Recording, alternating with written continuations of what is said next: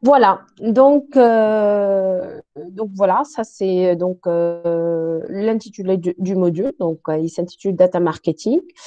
Alors, c'est un module qui est assuré, en fait, qui est enseigné à toutes les classes de quatrième année ERP BI. Comme je l'avais expliqué tout à l'heure, aujourd'hui, on va accorder cette séance principalement pour étaler un peu les différentes parties en fait qui feront l'objet de ce module. C'est-à-dire, on va voir ensemble les objectifs de ce cours, les acquis d'apprentissage, le déroulement de cours, c'est-à-dire comment ça va se dérouler par séance, bien évidemment. Je vais également m'attarder un peu sur les méthodes pédagogiques qu'on va adopter ensemble. Et enfin, je vais exposer la méthode d'évaluation qu'on va utiliser pour évaluer un peu les acquis d'apprentissage relevant de ce module-là. Alors, les objectifs du cours, alors, principalement, il y a trois grands objectifs, d'accord? Il y a, en fait, c'est-à-dire, ce cours-là va vous permettre de voir un peu comment on conçoit un projet data marketing, ok?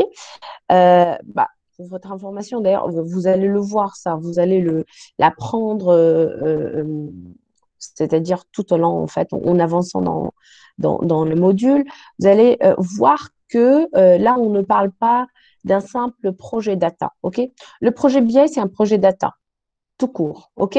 Donc, c'est un projet technique, c'est un projet où on vous invite à, en fait, découvrir une base de données pour, et ensuite, en fait, la nettoyer pour après retenir les bonnes données pour les analyser, les faire tourner dans cette machine, cet algorithme, pour donner naissance à des résultats fiables. Après, cette fiabilité, cette pertinence des résultats, on va voir à quel moment on parle de résultats pertinents. OK? Alors, par contre, voici la touche. À quel moment on voit un peu la touche qu'apportera ce module-là, c'est-à-dire le module data marketing, c'est qu'on ne va pas se limiter vraiment à la conception d'un projet data. On va voir comment on conçoit un projet data marketing. Et avec ce concept de marketing, on va voir en fait toutes les techniques nécessaires pour qu'on puisse d'ailleurs convertir un projet data classique technique en un projet data marketing, c'est-à-dire un projet data qui a de la valeur ajoutée aux yeux des clients. Voilà. En fait, le deuxième objectif va être exploiter les data, c'est-à-dire en fait dans ce cours, bien ce cours, il va vous permettre également de voir comment on arrive à exploiter de la data réellement. C'est-à-dire en fait, alors dites-moi déjà, quand vous avez déjà manipulé des bases de données? Il me semble oui, Oui, non? madame. Oui, très bien. Donc, vous avez ce que ça veut dire base de données, des tables, etc. Tout ça. Alors, généralement, quel type de données on possède dans une base de données?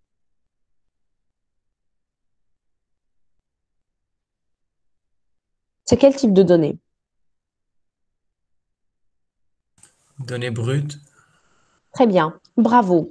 Effectivement, ce sont généralement des données brutes. OK? Alors, est-ce que les données brutes, on peut en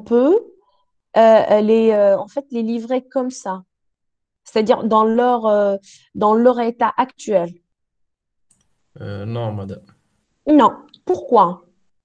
Pourquoi on ne peut pas réellement livrer des données brutes?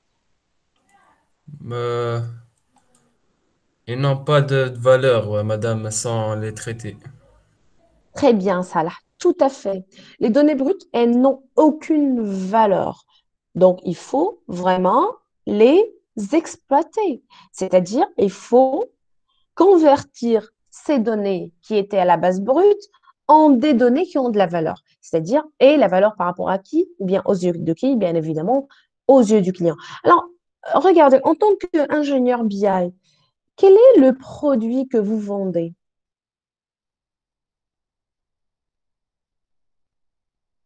Hein? Quel est le produit que vous êtes censé vendre à la fin à un De client? l'information. De l'information, très bien, ça. Déjà, vous avez, en fait, ça se voit clairement que vous avez quand même une idée sur la nuance qui se trouve, qui se présente entre des données brutes et une information. Effectivement, c'est pas la même chose. Alors, une donnée n'est pas forcément une information. Et là, vous mettez le doigt sur en fait, une chose très, très importante qu'on va d'ailleurs voir et revoir à plusieurs reprises, tout en avançant dans le cours, effectivement. Alors, le rôle déjà, le premier rôle d'un ingénieur BI ou data science, bien évidemment, c'est de convertir des données en des informations. Alors, effectivement, ça là, vous avez très, très bien répondu à la question, c'est-à-dire, nous, on vend, c'est-à-dire les ingénieurs BI vendent de l'information. Alors, est-ce que vous pouvez compléter encore plus euh, votre, en fait, c'est-à-dire votre réponse? Est-ce que c'est de l'information tout court? Alors, en fait, si vous dites au client, nous, on vous vend des informations, OK? Nous, on convertit des données brutes en des informations, point. Est-ce que le client, forcément, il Pour va lui aider acheter? à prendre des décisions, madame. Très bien, Salah. N'importe- Très, C'est très pas bien. n'importe quelle information. Excellent. Donc, en fait, le produit final que vous vendez, ce sont des informations pertinentes à la prise de décision. Oui, les données en fait brutes telles qu'elles sont présentées dans une base de données ne servent absolument à rien à leur état de départ. OK? Pourquoi? Parce qu'elles sont un peu dispatchées, un peu en fait un peu éparpillées parfois sur plusieurs tables. Donc on n'arrive vraiment pas à les cerner, à avoir le lien. C'est ce lien qui est le plus important dans la prise de décision. C'est-à-dire, tant que ces données-là sont déjà brutes, elles n'ont aucun sens et elles n'arrivent pas à donner, en fait, ou bien elles n'arrivent pas à être utilisées pour la prise de décision, elles ne servent absolument à rien. On ne peut pas les considérer comme étant un produit vendable, ok? Par contre, une information qui est exploitable, c'est-à-dire une information qui est pertinente à la prise de décision, c'est tout ce que l'ingénieur BI va vendre au client. Alors, la question qui se pose, comment on arrive à transformer une donnée brute à, en une information donc pertinente à la prise de décision. Vous voyez, alors c'est tout ça, ou bien c'est de là que qu'on a commencé à parler de projet data en premier lieu et de projet data marketing en deuxième lieu. C'est-à-dire, un projet data marketing, c'est un projet qui va vous permettre tout simplement de convertir et de transformer des données brutes en des informations pertinentes à la prise de décision. Vous voyez? Et c'est ça la tâche principale, si vous voulez, d'un ingénieur BI. Si le client juge que l'information n'est pas pertinente à la prise de décision, en fait, le produit ne va pas être vendu. Donc là, c'est comme si on n'a rien fait. OK? Donc, c'est pour ça, avant de livrer un produit, des informations à un client, il faut s'assurer que ces informations soient en fait réellement fiables à la prise de décision. Voilà. Si vous avez déjà cette idée, maintenant, vous allez être vraiment, ou bien vous allez mieux cerner le rôle du data marketing dans tout ça. OK? Donc, le data marketing, finalement, il va vous accompagner dans tout ce processus de création ou bien de conception du projet data pour vous orienter vers le bon chemin, c'est-à-dire pour pour garantir à ce que l'information quand le jour où elle va être vendue au client, elle va avoir réellement de la valeur. Parce que, en fait, en marketing, on se base sur le principe suivant. On dit que, alors, pour vendre n'importe quelle chose, alors, si vous voulez la vendre, il faut la valoriser. Alors, maintenant, pour la valoriser, il faut absolument qu'elle réponde à une problématique. Il faut absolument qu'elle réponde à un besoin réel.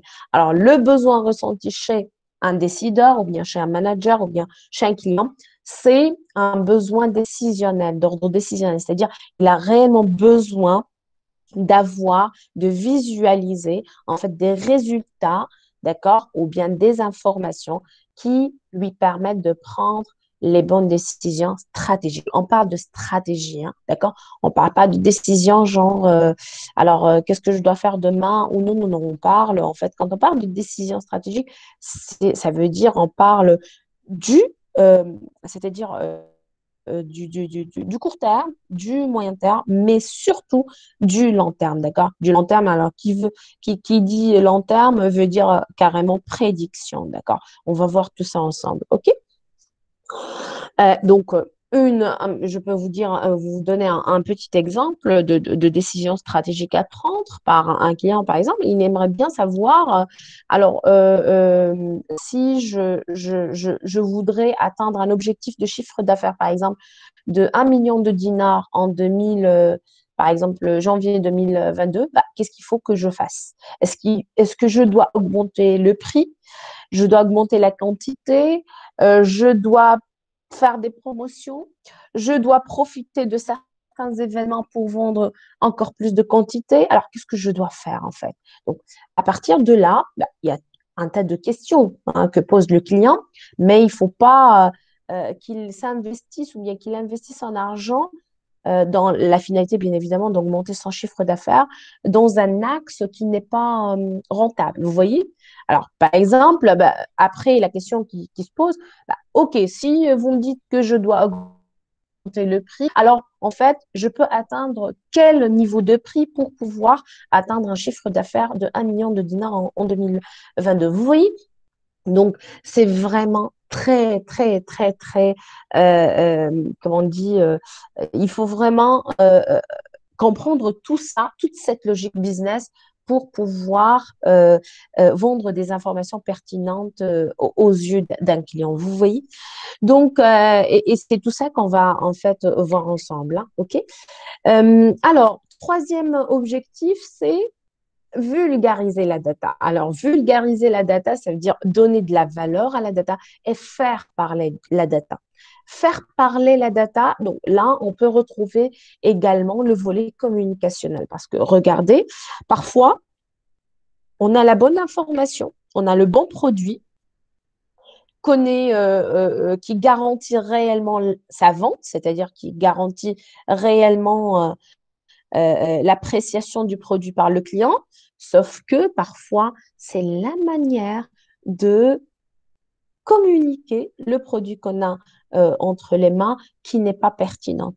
Et donc, si on n'arrive pas, par exemple, alors dans votre cas, le moyen de communication que vous allez utiliser, bah, on aura deux moyens. Donc, un moyen pour présenter en fait les outputs ou bien les informations descriptives à vocation descriptive, et un deuxième qui est le dashboard, bien évidemment, via les différentes visualisations. Et un deuxième élément de communication qu'on va utiliser, c'est le storytelling. Hein. Donc, c'est un support PowerPoint accompagné d'un storytelling, d'une méthodologie de communication qui est le storytelling pour essayer de communiquer les informations d'ordre explicatif. OK, on va voir tout ça. Je ne vais pas anticiper les choses, d'accord? On va aller petit à petit, mais juste pour vous mettre un peu dans le cadre, si vous voulez, du projet data marketing. OK? Et l'IHO, il rejoint parfaitement le projet PI. Hein. Donc, le projet PI, c'est un projet à la base technique et qu'on va lui donner la touche marketing. Donc, c'est le projet PI marketing, si vous voulez. Voilà. Projet data, c'est le PI. OK? Alors, après, donc ça, ce sont les objectifs. Est-ce que déjà les objectifs sont clairs? Est-ce que vous voyez un peu maintenant l'apport un peu du module data marketing dans tout ça? Est-ce que c'est clair pour vous? Dites-moi. Oui, madame, c'est clair. D'accord, très bien. OK.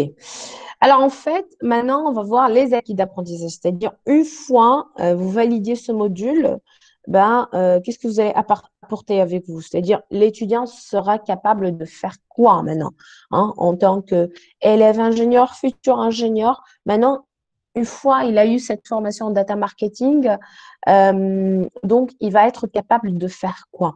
Bon, comme on vient de le voir, il va être réellement capable de concevoir un projet data marketing. OK? Ça, c'est un. Deux, alors, et ça, c'est la toute première étape du projet data marketing, c'est la définition et la fixation d'un objectif marketing SMART. OK? Alors, en fait, tout projet, comme vous le savez, tout projet commence par définir son objectif ou bien les objectifs en fait, comment on dit, qui le reflètent. D'accord? Alors, en fait, vous allez voir en fait, dans ce module que la toute première, en fait, comment vous allez définir un objectif marketing SMART. Déjà, en fait, qu'est-ce qu'on entend dire par objectif SMART de manière générale? Est-ce que vous avez une idée sur... Bon, ça, c'est un peu de la culture générale, bien évidemment. Est-ce que vous avez entendu parler, est-ce que vous avez utilisé ce terme auparavant? Est-ce que vous avez une idée sur ce qu'on veut dire par objectif SMART? Aujourd'hui, toutes les entreprises en parlent, hein. C'est-à-dire, c'est devenu en fait, si vous voulez, une rule, une règle. Quand un chef de projet, si vous voulez, va définir ses objectifs, les objectifs du projet, ben, il doit vraiment faire en sorte à ce que l'objectif soit SMART. OK? Alors, qu'est-ce qu'on veut dire par SMART? Alors, juste à titre d'information, SMART, c'est un acronyme, hein. C'est une abréviation, d'accord? Ce sont les initiales de termes qui ont été utilisés pour qualifier un peu cet objectif-là, l'objectif SMART. Alors, qu'est-ce qu'on entend dire par SMART? Cyril, مادام نعرف oui, القياس Salah. سبيسيفيك Oui, ولا التي في بالي تمبوغير. oui, tout à fait, Salah, oui. الآخرين الحقيقة ما نسيتهم هذا. D'accord, très bien, ok. Merci, Salah, pour la réponse. Céline, est-ce que tu peux nous donner une réponse?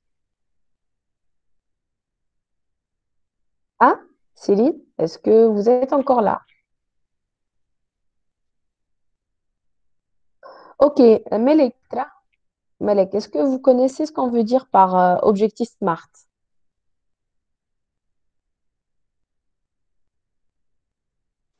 Non, pas vraiment, madame.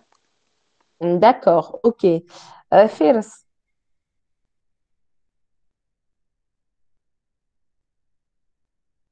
Firs, est-ce que Oui, oui, madame. vous avez une idée sur ce qu'on veut dire par objectif SMART? non اسمع نعرف يعني الانتليجنس حاجه كيك مي كوم اوبجيكتيف ما عنديش فكره. D'accord, ok. En fait, Smart, comme l'avait dit Salah, donc bon, il a commencé par euh, la première initiale et la dernière, et c'est correct. Donc, S pour dire spécifique. OK? Donc, en fait, l'objectif, quand vous définissez un objectif, il faut vraiment que l'objectif soit spécifique. D'accord? Il faut pas c'est-à-dire s'amuser à donner ou bien définir des objectifs qui sont très généraux. Alors, pourquoi très généraux? On ne peut pas l'accepter. Il faut vraiment que ça soit spécifique parce que si c'est un objectif général, on ne peut pas forcément le mesurer grâce à des indicateurs. Alors, plus c'est spécifique, et mieux il sera mesurable l'objectif, d'accord? Et là, vous êtes plein dedans, c'est-à-dire, en fait, les données, finalement, ce sont des indicateurs qui vont vous permettre de donner des résultats. Ces résultats reflètent forcément les objectifs que vous avez fixés. Donc, vous voyez, donc, vous êtes les manipulateurs par excellence de données. OK? Donc, les données sont des indicateurs. Alors, si on n'arrive pas à utiliser les données pour mesurer un objectif, ça sert absolument à rien. Alors, ça, c'est le F pour dire spécifique. Le M pour dire mesurable. Mesurable, tout à fait. Donc, vous voyez le lien donc, entre le M et le S, plus c'est spécifique et plus c'est mesurable. Alors, un objectif, figurez-vous, au moment où vous allez être amené à définir votre objectif, ou bien les objectifs de votre projet, ben, un objectif qui n'est pas mesurable, c'est un objectif à écarter. Parce que les données qui sont dans votre base de données ne permettent pas de mesurer ce genre d'objectif. Donc, il faut oublier. OK? A pour dire atteignable. Atteignable, ça veut dire quoi? C'est-à-dire on peut les atteindre, ces objectifs-là. Ce ne sont pas réellement des objectifs qu'on a fixés voilà, pour s'amuser à les regarder.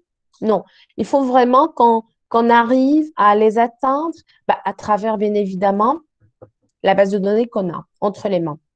C'est-à-dire, si jamais vous n'avez pas les données suffisantes pour mesurer un objectif X, il faut éliminer l'objectif X. Vous voyez, notre contrainte, c'est toujours la base de données. Bon, bien évidemment, vous allez peut-être me dire, parfois on a une base de données interne et si jamais on ne trouve pas réellement les données nécessaires pour répondre à l'objectif de départ dans la base de données interne, on peut collecter des données externes. Tout à fait. Ça, c'est ce qui se fait généralement dans les entreprises. Par contre, dans le cadre de ce projet-là, vous n'allez pas vraiment avoir l'occasion d'aller chercher l'information ailleurs, etc. On va vraiment se limiter donc à la base de données qu'on va avoir entre les mains, c'est-à-dire à la base de données interne avec toutes les informations qui vont nous être communiquées par l'entreprise en question. OK? Donc, voilà. Donc, il faut vraiment définir, au moment où vous allez définir vos objectifs, et il faut vraiment regarder et à chaque fois, donc, revenir à votre base de données pour s'assurer à ce que les indicateurs soient là. OK? Après, R pour dire réaliste. Réaliste, ça veut dire on est dans la réalité, c'est-à-dire il ne faut pas vraiment imaginer des objectifs qui ne sont pas forcément réalistes. OK? Par exemple, un objectif, c'est d'atteindre 1 milliard de chiffre d'affaires d'ici 2 mois. Par exemple, ça, ce n'est pas du tout réaliste, vous voyez? Mais il faut rester vraiment dans la réalité. Hein. OK? Et T pour dire, comme l'a dit Salah, temporellement défini. C'est-à-dire, on ne peut pas définir un objectif sans le limiter dans le temps. C'est-à-dire, quand vous dites, moi, en tant qu'entreprise, je veux, bien en tant que manager, je veux atteindre un chiffre d'affaires d'un tel montant, il faut préciser en fait le délai, c'est-à-dire les deadlines. OK? À quel moment vous devez l'atteindre. Pourquoi il faut vraiment définir en fait des délais pour que tout le monde puisse organiser son travail, toute l'équipe de projet puisse organiser le travail de sorte à ce qu'on atteigne en fait l'output final, donc à la date, ou bien l'objectif à la date X. OK? En plus, le fait de fixer une date nous permet également d'évaluer la performance à l'instant T. Vous voyez? Donc, après un certain moment, il faut évaluer si on a bien réussi à atteindre l'objectif qu'on a déjà fixé ou non. Donc, c'est à partir de la date X, donc qu'on a bien délimité, qu'on a bien fixé, qu'on puisse en fait évaluer. Sinon, on ne pourra jamais évaluer une performance. OK? Alors, donc ça, c'est pour vous donner un petit aperçu sur ce qu'on veut dire par SMART.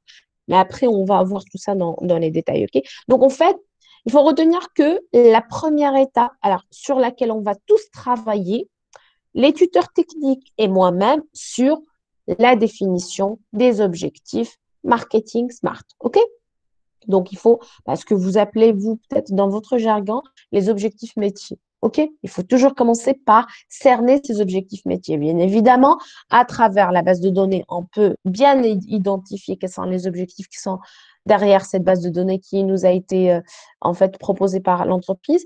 Et peut-être on aura un cahier de charge ou autre qui va nous permettre un peu de fouiller dans les besoins de l'entreprise en question. Et voilà, c'est à partir de ces deux outils, donc cahier de charge, base de données, qu'on va pouvoir ensemble fixer les objectifs métiers ou bien les objectifs marketing smart. OK?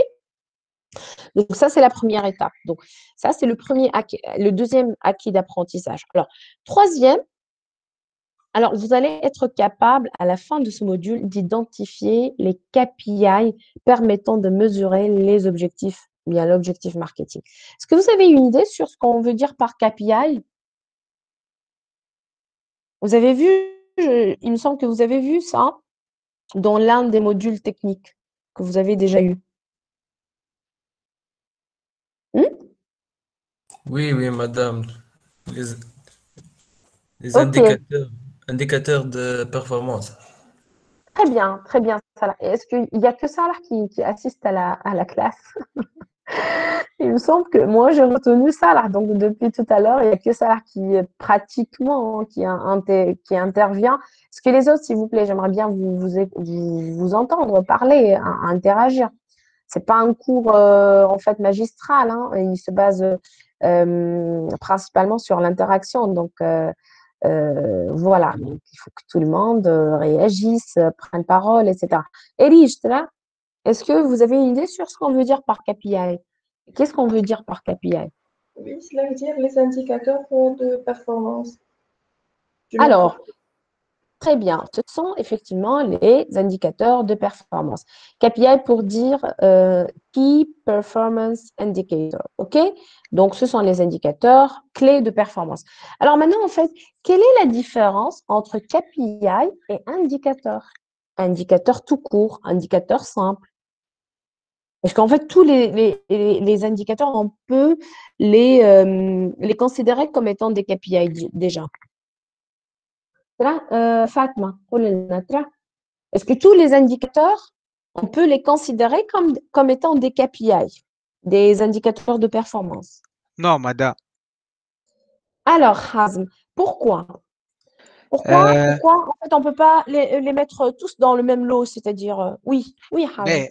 مادام الكي بي اي هو يعني سيتان انديكاتور يرمز يعني كما نقولوا للبروغري بتاع الشركه يعني اسكو زون يعني اتان لوغ كما نقولوا اوبجيكتيف تاع Très بزنس bien. ولا حاجه Oui, وفما برشا ديزيكزامبل تاع كي بي اي مادام ما نحكيو شركات دونك برشا نحكيو شيف دافير مبيعات حاجه هكاكا oui, يعني مادام oui, دونك oui, افوكم oui. هما لي كي بي اي والاخرين لي زانديكاتور نجم اي حاجه تكون انديكاتور اما مش تابعه البزنس والحاجات اللي نقرا يعني اللي باش نشوفوهم نحن. D'accord. Bon, très bien, Hazm. Dans tout ce que vous dites est correct, hein, et il est très bien. Bravo. Sauf qu'en fait, regardez, les KPI, il n'y a pas que des KPI en business, hein. On peut utiliser les KPI dans le monde, par exemple, le RH, les ressources humaines. Par exemple, on peut utiliser les KPI dans la gestion d'un projet, par exemple, pour voir un peu, pour suivre un peu. Il y a des KPI qui nous permettent un peu de suivre un peu le projet si on a abouti à un tel ou un tel output ou non, d'accord? Si on a respecté un peu les sprints, etc. Dans le monde de la RH, des ressources humaines, par exemple, on peut trouver des KPI comme par exemple le nombre de personnes recrutées par an, par mois, etc., nombre de postes vacants, les différents, en fait, c'est-à-dire est-ce qu'on a atteint le rendement attendu ou pas en termes de ressources humaines, etc. Vous voyez, il y a pas mal de choses et ça, on va le voir, hein. Les KPI peuvent, en fait, c'est-à-dire peuvent être utilisés dans plusieurs domaines d'activité, pas, pas seulement en business, c'est-à-dire ou bien à la finance. OK? Donc, en fait, mais l'idée que je peux retenir de tout ce que tu viens de dire, Hazm, qui est très, très intéressant, merci. Alors, c'est que, effectivement, il faut retenir le fait que les KPI ne sont pas des indicateurs simples. D'accord? Il y a une grande différence entre KPI et indicateur. Indicateur, ça pourrait être n'importe quel indicateur. C'est-à-dire, vous voyez toutes les données, tous les attributs qui sont dans votre table, vos tables, votre base de données, hein, toutes les données peuvent jouer le rôle d'indicateur, mais pas forcément le rôle de KPI. Alors, parmi ces indicateurs qui peuvent être en fait dans votre base de données, il y a seulement quelques indicateurs qui peuvent faire l'objet de KPI. Il y a des indicateurs qu'on peut exploiter directement pour les considérer comme des KPI. Il y a des indicateurs qu'il faut convertir en KPI, parce que le KPI, généralement, il est calculé sur la base d'un ensemble d'indicateurs. Je vais vous donner d'ailleurs KPI pour dire indicateur de performance. Donc, un indicateur, s'il ne peut pas mentionner, en fait, ou bien nous dire, ou bien mentionner, ou bien en fait véhiculer, ou bien renseigner sur la performance de l'atteinte de l'objectif, il ne peut pas être considéré comme un KPI. Donc, un KPI, c'est un indicateur qui permet à une entreprise ou à un décideur, pardon, de savoir si on a atteint l'objectif ou non. Le chiffre d'affaires, c'est un KPI par excellence parce que c'est lui qui va nous permettre de savoir si on a atteint le niveau de rentabilité souhaité ou non. C'est à travers le chiffre d'affaires. Si le décideur regarde dans son dashboard le chiffre d'affaires, l'évolution du chiffre d'affaires, etc., il peut directement savoir où est-ce qu'on est par rapport à l'atteinte de l'objectif, est-ce qu'on a atteint l'objectif ou pas, etc. Donc, le chiffre d'affaires, c'est un KPI qui renseigne sur la performance de l'atteinte de l'objectif. OK? Donc, le chiffre d'affaires, il peut être calculé sur la base d'indicateurs qui peuvent être présents dans la base de données, comme le prix et la quantité. Vous connaissez un peu la formule du chiffre d'affaires. Donc, le chiffre d'affaires, c'est la quantité fois le prix. Vous voyez? Donc, on peut avoir dans la base de données donc, des indicateurs comme la quantité et le prix pour pouvoir, en fait, nous renseigner sur le KPI pour qu'on puisse déduire le KPI qui est le chiffre d'affaires. On n'a pas dans notre base de données ni le prix, ni le chiffre, ni la quantité. On ne peut pas en fait avoir un KPI qui s'appelle chiffre d'affaires. OK?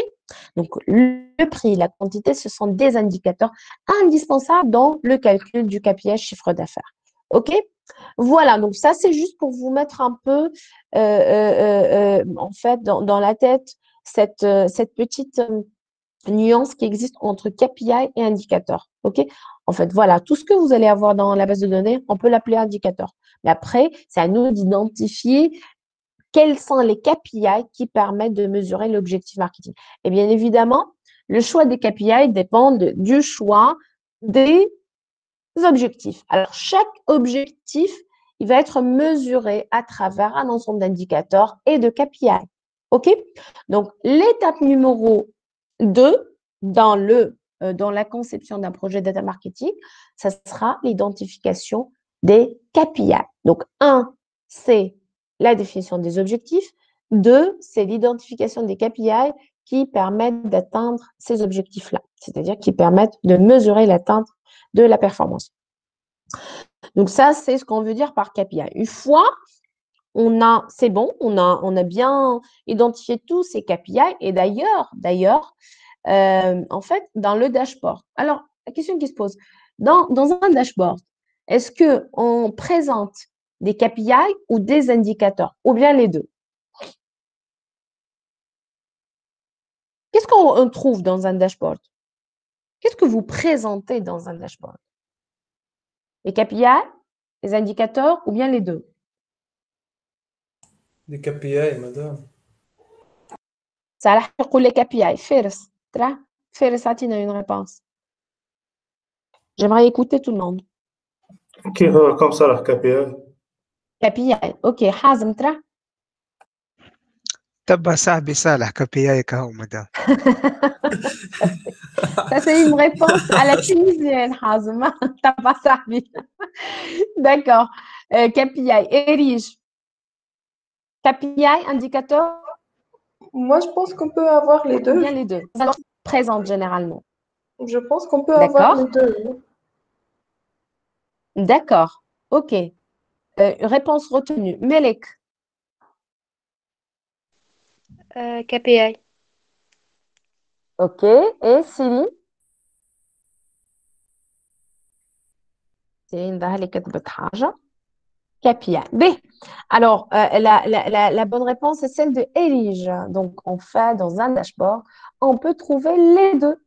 Je vais vous donner un petit exemple. Bon, bien évidemment, les KPI, ça c'est sûr, hein, ça c'est sûr. C'est-à-dire, on ne peut pas présenter des indicateurs si on ne présente pas les KPI. Les KPI sont une priorité. OK? Pourquoi je parle de priorité? Parce que vous savez très bien de Madame, quoi il a l'air, hein, le dashboard. OK? Oui, oui, oui, oui, مادام ça. les indicateurs العاديين مش تحسهم حاجة اوبسيونيل معناها ما مش اوبليغاتوار في داشبورد Oui, ولا إيه؟ oui, tout à fait, mais on peut les trouver dans un dashboard. Après, tout dépend.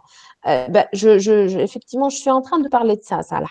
Alors, j'ai dit que dans un dashboard, vous voyez un peu de quoi il a l'air, le dashboard. C'est un ensemble de visualisations, des cours, des graphiques, des camemberts, des histogrammes, des chiffres, des indicateurs comme ça, etc. Un classement. Donc, en fait, généralement, il est composé d'un ensemble de visualisations. Après, un dashboard, il est limité, c'est-à-dire on n'a pas assez beaucoup d'espace pour présenter en fait toutes les visualisations. OK? C'est pour ça, à un certain moment, il faut prioriser. Alors, si on va raisonner c'est-à-dire par ordre de priorité, et c'est ce qu'il faut faire, il faut toujours miser sur les KPI. C'est-à-dire les KPI doivent apparaître dans le dashboard. Après, si on a encore de la place, les indicateurs peuvent être présentés dans un dashboard si en fait, leur insertion au niveau d'un dashboard va apporter et enrichir l'explication ou bien l'information qui est derrière le KPI. Par exemple, je peux présenter un KPI qui est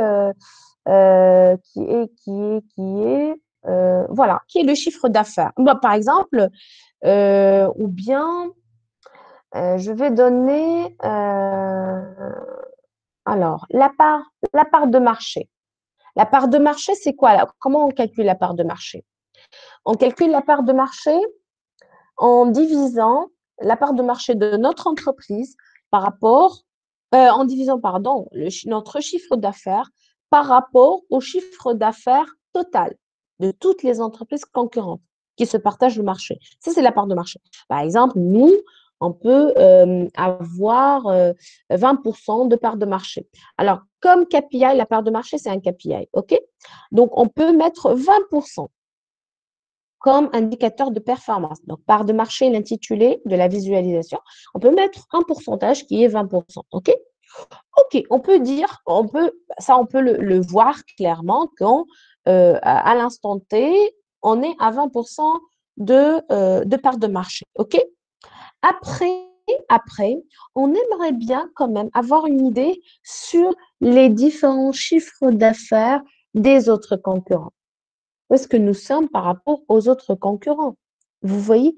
Donc, par exemple, on peut avoir un petit tableau où on va mettre maintenant le chiffre d'affaires, il va jouer un indicateur par rapport au KPI part de marché. Vous voyez? Donc, on peut mettre un tableau récapitulatif des chiffres d'affaires des différentes entreprises qui représentent le marché. OK? Et comme ça, on peut évaluer par rapport aux autres. Par exemple, si nous, on est à 20%, ça représente par exemple 1000 dinars, je dis n'importe quoi, c'est un petit exemple. On peut regarder que, par exemple, une autre entreprise, elle atteint 2000 dinars. Donc, ça veut dire qu'elle a 40% du chiffre d'affaires de marché. Vous voyez, okay. Je vous donne un autre exemple beaucoup plus peut-être simple. OK? Ça en prend le cas des ressources humaines. OK? Par exemple, on nous a demandé d'élaborer un dashboard pour des décisions en termes de recrutement. OK? Par exemple, si nous, on a besoin d'avoir, on a 10 postes vacants. OK? 10 postes vacants, c'est-à-dire on a besoin de 10 personnes pour intégrer l'entreprise. OK? Alors, si on met comme indicateur le nombre de personnes recrutées, c'est-à-dire, OK? On peut mettre par exemple 5. Alors, 5 tout court, bon, on sait très bien que 5, on n'a pas encore atteint les 10, alors qu'on a 10 postes vacants. 5, c'est un indicateur de performance. OK? Par contre, ce qu'on peut rajouter, en fait, en petit, comme indicateur, on peut mettre 10 postes vacants. Pardon, objectif 10 postes, ou bien besoin en recrutement 10 postes, ou bien besoin de recrutement, etc. 10 postes, en fait. Alors, 10 pour dire quoi? C'est que 10, c'est l'objectif à atteindre. Donc, si on regarde 5, et si on regarde en dessous 10, on comprend très bien qu'on est à 50%. OK, c'est qu'on n'a pas encore atteint l'objectif. Vous voyez, donc, en fait, cet indicateur 10 est important dans la prise de décision. Si vous présentez seulement le chiffre 5, OK, bah, ça, on peut pas, en fait, à travers cet indicateur, dire qu'on a atteint la performance ou pas directement. OK? Vous voyez un peu l'exemple? Est-ce que vous avez compris l'utilité des indicateurs pour accompagner les KPI? OK? C'est pour ajouter, pour apporter une information supplémentaire pour que les décideurs soient vraiment plus à l'aise avec l'ensemble des chiffres et des visualisations, etc. OK? Bon, alors après, une fois on a identifié l'ensemble des KPI, des indicateurs, etc., bah, d'ailleurs ces KPI, ils feront après l'objet des visualisations que vous allez utiliser en fait, dans vos dashboards. Hein, OK? Donc, après, une fois c'est bon, on a tout compris, bah, après, c'est l'étape d'analyse de données qui viendra. Alors, ici, regardez, juste, j'attire votre attention sur un petit point. Au niveau en fait, l'analyse de données, c'est une étape que vous allez aborder dans la partie technique, dans les modules techniques et avec moi. Alors, pour qu'on soit d'accord dès maintenant, en fait, au niveau du module data marketing, on ne va pas s'amuser à voir les algorithmes techniques et tout ça. Alors, tout ça, vous allez le voir dans vos modules techniques, en data mining principalement. OK? Sinon, avec moi, qu'est-ce que j'entends dire par analyser les données? C'est une étape cruciale dans le processus, dans le projet data marketing. En fait, généralement, ce qui se fait, alors, dans la partie technique, c'est-à-dire dans le projet technique, généralement, les étudiants, ils arrivent à analyser les données en utilisant les différents algorithmes. Par contre, ils n'arrivent pas à mettre ou bien comprendre le lien entre l'algorithme qu'ils ont choisi ou bien l'outil d'analyse de données ou bien la technique d'analyse de données qu'ils ont choisi et l'objectif de départ. OK? Donc, à un certain moment, ils vont se séparer, ils vont oublier carrément qu'ils ont un objectif derrière l'analyse de données. En fait, on analyse des données pour quoi faire? Et c'est ce maillon qui manque au projet pays, en fait, des années précédentes. OK? C'est ce maillon-là. C'est de vraiment faire des choix en termes d'outils, en termes d'outils d'analyse de données, en termes de KPI, etc., qui soit cohérent avec les objectifs qu'on a fixés au départ. Donc, en fait, mon rôle en tant que coach, je vais d'ailleurs jouer le rôle de coach tout au long de ce module. Hein, je ne vais pas vraiment porter la casquette d'enseignante voilà, classique.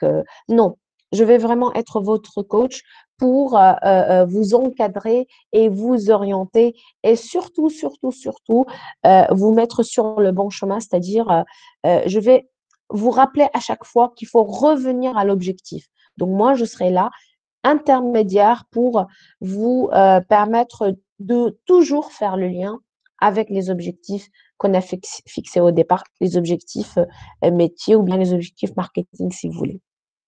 Alors, en fait, mais quand même, au niveau de ce module-là, je vais m'attarder sur quelques techniques, hein, donc très rapidement, sans rentrer dans les détails et sans rentrer dans leur aspect technique, pour vous expliquer un peu, alors, le lien entre chaque objectif et la technique utilisée. OK? Pourquoi? Donc, pour résoudre ou bien pour atteindre cet objectif, on doit utiliser la régression et non pas la classification. Pourquoi le clustering et non pas le réseau de neurones. Bon, si vous n'allez pas forcément appliquer les réseaux de neurones, etc.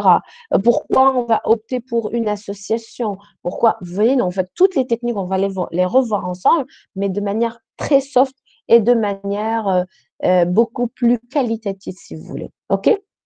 Vous allez voir avec moi pourquoi on fait ces choses-là. Voilà, le pourquoi, vous allez le voir avec moi. Le comment on utilise les techniques, vous allez le voir avec les profs techniques. Avec moi, vous allez comprendre le pourquoi de l'utilisation de chaque technique, etc. OK?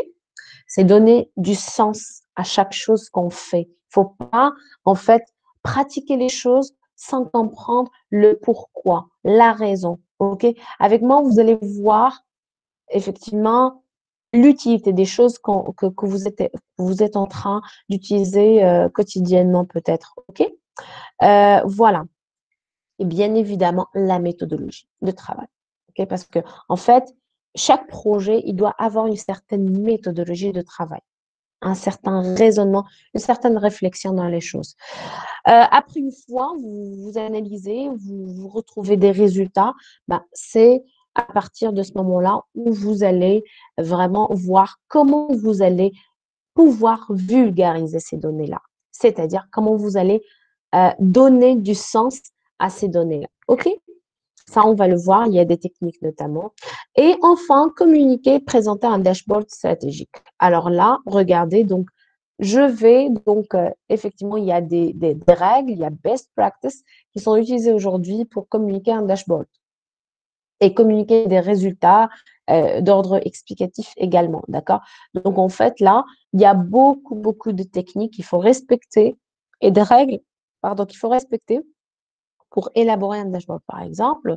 Il y a des best practices, il y a en fait il y a une raison qui explique pourquoi on a choisi de présenter ce KPI à gauche en haut, pourquoi choisir de présenter le résultat sous forme de camembert et non pas d'histogramme, etc.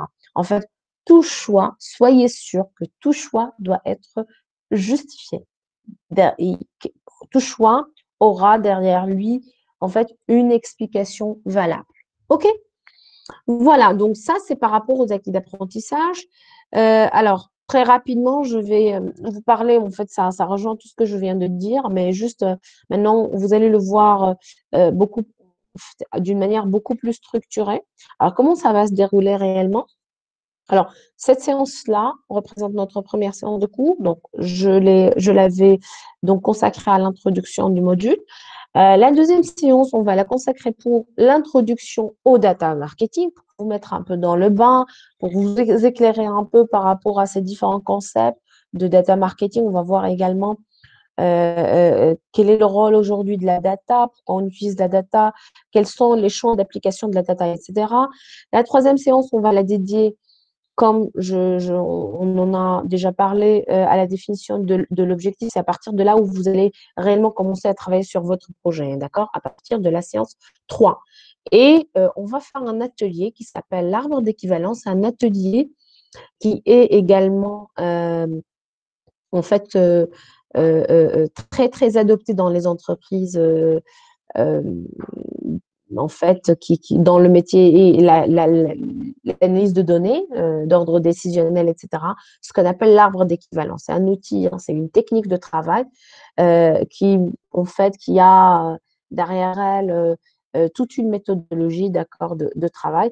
Et dans la première étape, c'est de définir un objectif marketing smart. Okay. Alors, cet atelier, on va l'adopter tout au long du projet. C'est une technique qu'on va utiliser pour faire tout le travail.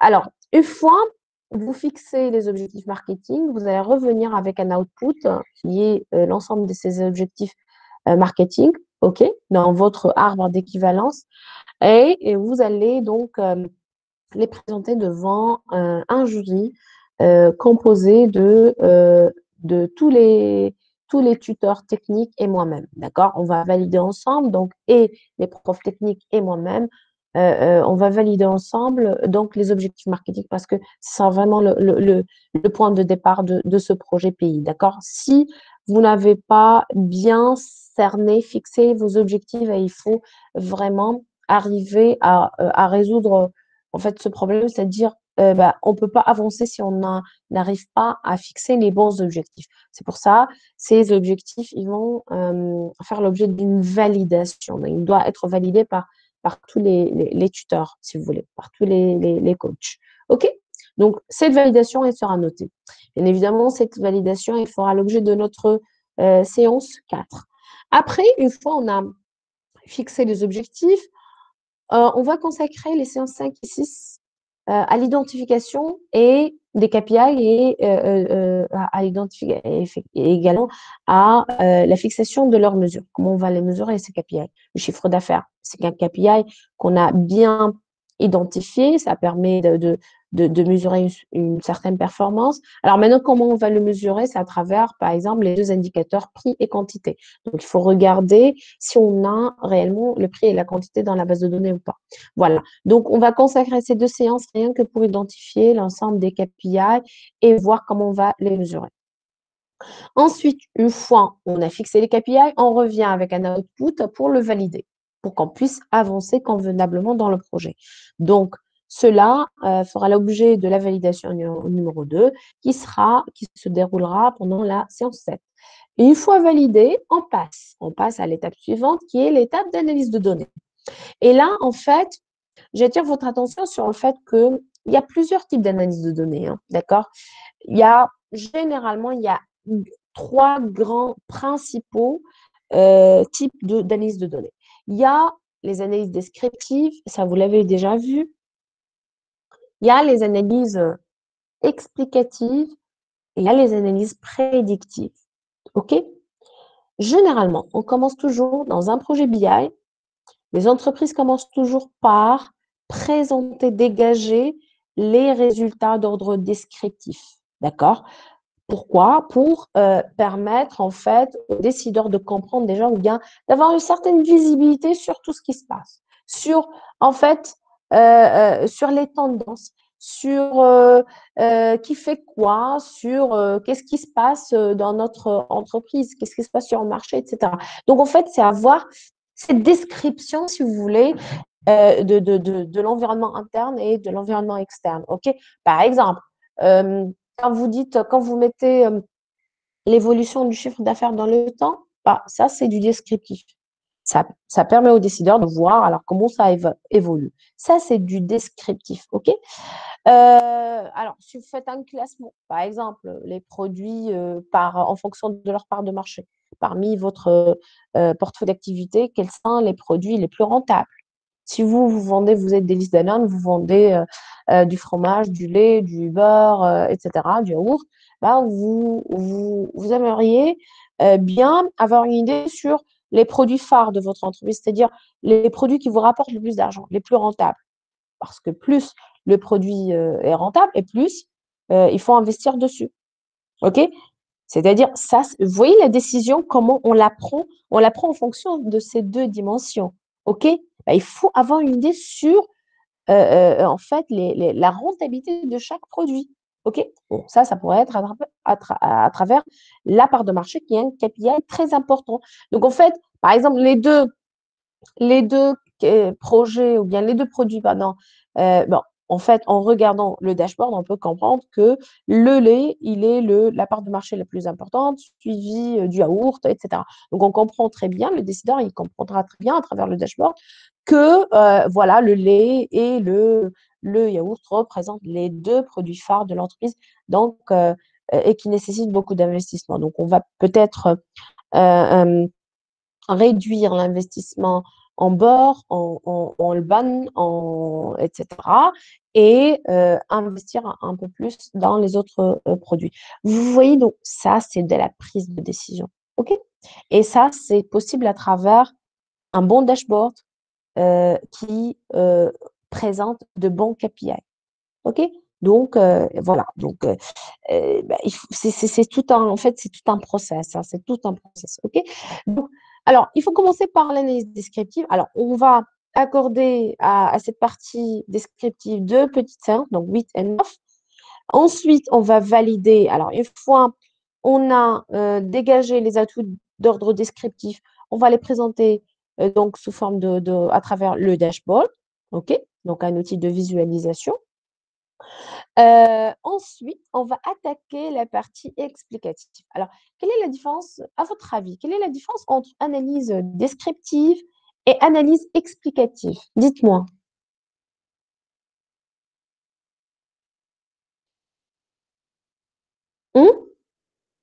Salah, est-ce que Les tu as la parties réponse? explicatives, madame, on va expliquer les visualisations, Oui, tout à fait, ça a plus un de lien, détails. effectivement. Exactement, Salah. Bravo. Effectivement, l'analyse explicative vient juste après l'analyse descriptive dans le sens où l'analyse explicative, elle complète. Elle complète les informations d'ordre descriptif. D'accord? Ça veut dire quoi? Je vais vous donner un petit exemple.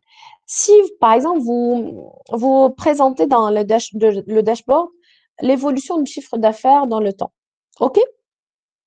Si moi, je suis décideur, et je regarde un peu l'évolution et je remarque, par exemple, en juillet 2019, ah, il y a eu un pic. Alors qu'en décembre 2019, c'est dans la même année si vous voulez, il y a eu une chute brusque. Est-ce que là, cette information descriptive telle qu'elle a été présentée dans le dashboard pourrait vraiment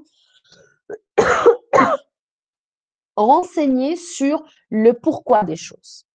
En fait, pour prendre une décision, comme en étant décideur, et pour pouvoir en fait choisir les bons plans d'action, bah, pour le futur, je dois quand même comprendre le pourquoi des choses. C'est-à-dire, c'est trop peu, c'est trop. En fait, le descriptif, il dégage l'information, mais qui n'est pas suffisante.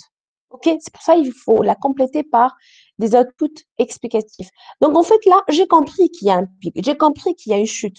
Mais qu'est-ce qui est derrière? Qu'est-ce qui explique réellement qu'on a atteint un pic en termes de chiffre d'affaires en juillet 2019? Pourquoi? Qu'est-ce qui s'est passé? J'aimerais bien le savoir. Donc, en fait, ici, les ingénieurs BI doivent fournir un rapport en complément au dashboard. Alors, dans ce rapport, on va retrouver les explications, en fait, des différents, phénomènes, des différentes tendances qui se dégagent à partir de l'analyse descriptive, c'est-à-dire à partir du dashboard. Quand vous distinguez qu'il y a des choses qui sont exceptionnelles, etc., il faut essayer de les expliquer quelque part. Sinon, pour un décideur, ça ne sert absolument à rien. Parce que si moi, j'ai pu comprendre qu'il y a eu un pic quelque part, mais je ne sais pas comment ça s'est arrivé, parce que moi, en tant que décideur, j'aimerais bien avoir ce pic tout le temps, pendant toute l'année, d'accord? Pourquoi en juillet 2019 en particulier? Il y a quelque chose, il y a un phénomène, il y a un ensemble peut-être de facteurs, une combinaison de facteurs qui pourrait expliquer ce pic. Alors, autant étant décideur, j'aimerais bien combiner, retrouver les mêmes facteurs, les comprendre pour essayer de les rassembler pour avoir ce pic de chiffre d'affaires. Peut-être ces facteurs pourraient être, par exemple, c'est la saison estivale. Bon, si par exemple, je vais prendre un exemple très, très simple. Moi, je vends de la glace. Je suis Nestlé, je vends de la glace. OK? Bon, ça se comprend. C'est l'été, donc c'est la saison estivale. Il y a donc la saison qui peut expliquer, c'est une variable qui peut expliquer. Il y a également des événements un peu particuliers, la présence d'événements peut-être, hein, quelques événements. Peut-être c'est parce que à ce moment-là, on a également augmenté le prix. Donc, regardez, combinaison entre la saison, événement plus prix, hop, c'est pour ça on a atteint un pic. C'est-à-dire, il y a une grande demande, donc la quantité va augmenter, OK, par évidence. Et en plus, ce qui a fait, en fait, c'est cette croissance qui explique cette croissance très importante du chiffre d'affaires, c'est qu'on a également augmenté le prix. Et en plus de ça, il y a un autre événement qui est quand nous, en juillet, par exemple, on a fait une promotion. Vous voyez, donc, on a augmenté la quantité en combinant plusieurs facteurs et on a augmenté le prix. Prix plus fois quantité qui augmente, les deux, bah, ils vont forcément augmenter le chiffre d'affaires. Vous voyez, donc, en fait, voilà. Maintenant, en tant que décideur, j'ai une visibilité sur qu'est-ce qui est derrière ce pic. Et donc, pour décider, pour mettre en place les plans d'action, bien les actions nécessaires, ben, je dois avoir une idée sur tout ça parce que je dois peut-être prédire tout ça et prévoir plutôt tout ça, la combinaison de tous ces aspects-là pour les mois qui viennent, par exemple. OK? Voilà, donc vous voyez, c'est quand même très important d'expliquer les choses. OK? Donc, du descriptif sans explication pour un décideur ne sert absolument à rien. OK? Le descriptif, il va permettre d'avoir une visibilité à l'instant T, OK? Sans pouvoir vraiment prendre des décisions stratégiques. Mais l'explicatif, c'est lui qui va permettre vraiment de dégager des tendances afin de les généraliser et les adopter dans la prise de décision. OK? Autre chose, en fait, l'explicatif demande beaucoup demande donc un historique. Si on n'a pas le descriptif, par exemple, il peut se limiter à ce qu'on a aujourd'hui comme données. C'est-à-dire, pendant le mois de janvier, voilà, je peux vous donner une visibilité sur ce qui se passe. Le descriptif, il est toujours possible. Par contre, l'explicatif, non. L'explicatif, pour qu'on puisse vraiment expliquer des choses, il faut qu'on dégage des tendances. OK? Pour dégager des tendances, il faut qu'il y ait des répétitions de phénomènes. Alors, pour dégager ces tendances, donc, on a besoin d'un historique dans la base de données. OK? Donc, voilà, c'est possible seulement si on a un historique. OK? Voilà, donc, et au niveau de l'analyse explicative, généralement, c'est à ce moment-là où on doit élaborer ce qu'on appelle un modèle. On fait la modélisation au niveau des analyses explicatives. Donc, le modèle, il va se dégager à travers la base de données, à travers les liens qui peuvent être en fait retenus à travers effectivement la base de les variables qu'on a dans la base de données, etc., pour dégager des tendances. OK? Voilà. Alors après, bon, il y a un 3 volets que je n'ai pas forcément mis ici parce que, faute de temps, on ne peut pas aborder tous les points. Et 2, et essentiellement pour cette raison, parce que vous n'allez pas vraiment vous attarder beaucoup sur l'analyse prédictive. Le troisième type d'analyse, après l'analyse explicative, c'est l'analyse prédictive.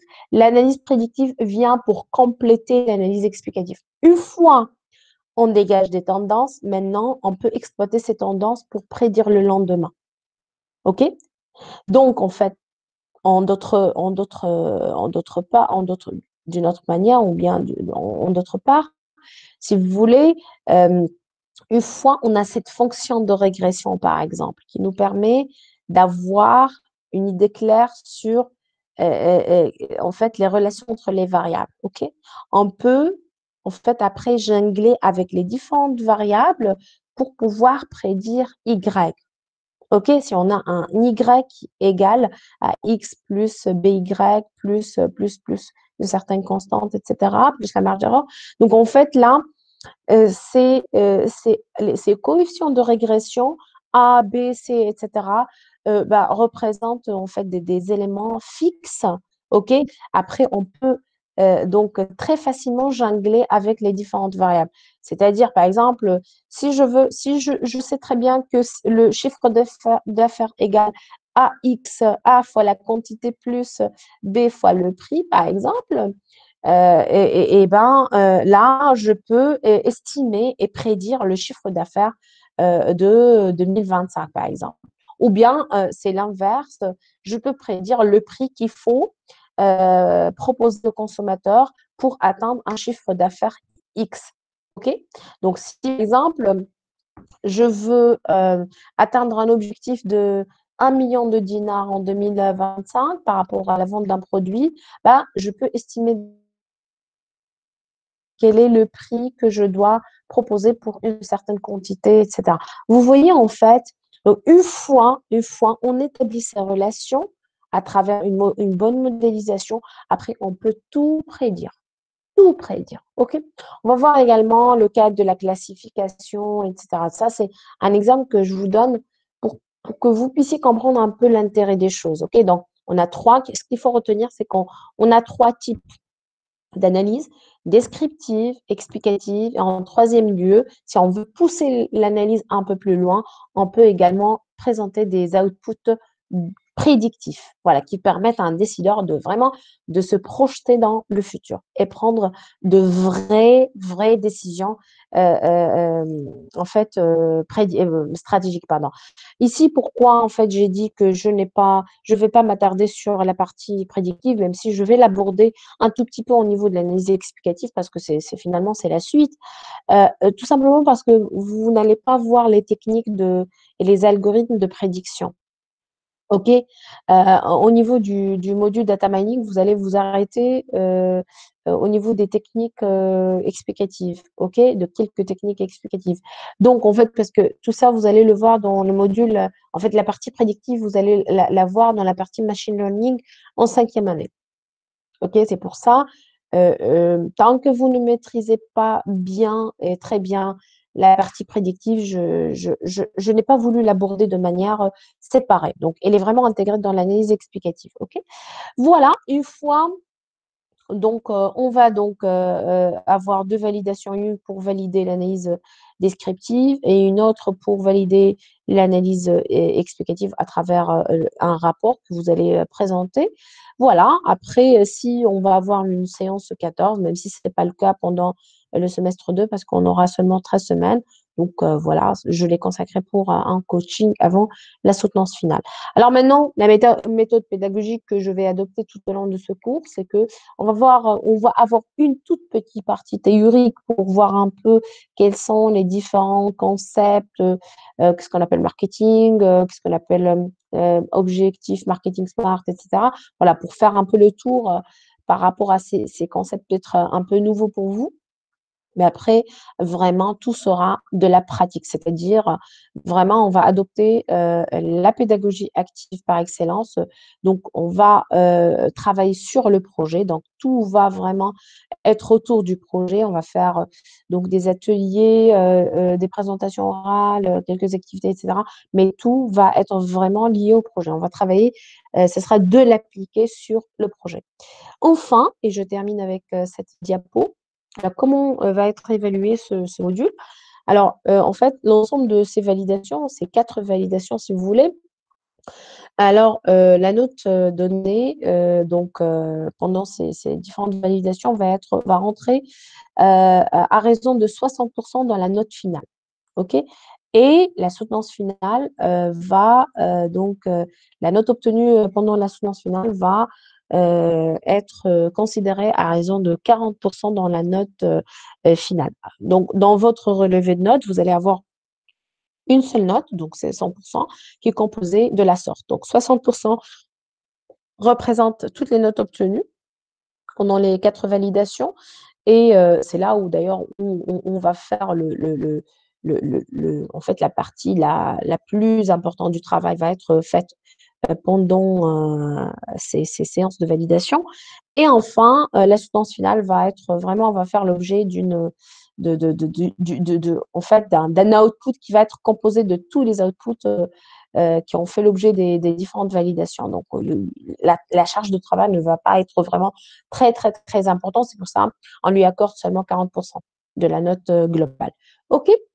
Alors, en fait, la soutenance finale ça va être une soutenance commune, hein, d'accord? Donc, où tous les tuteurs, c'est la soutenance pays d'ailleurs, OK?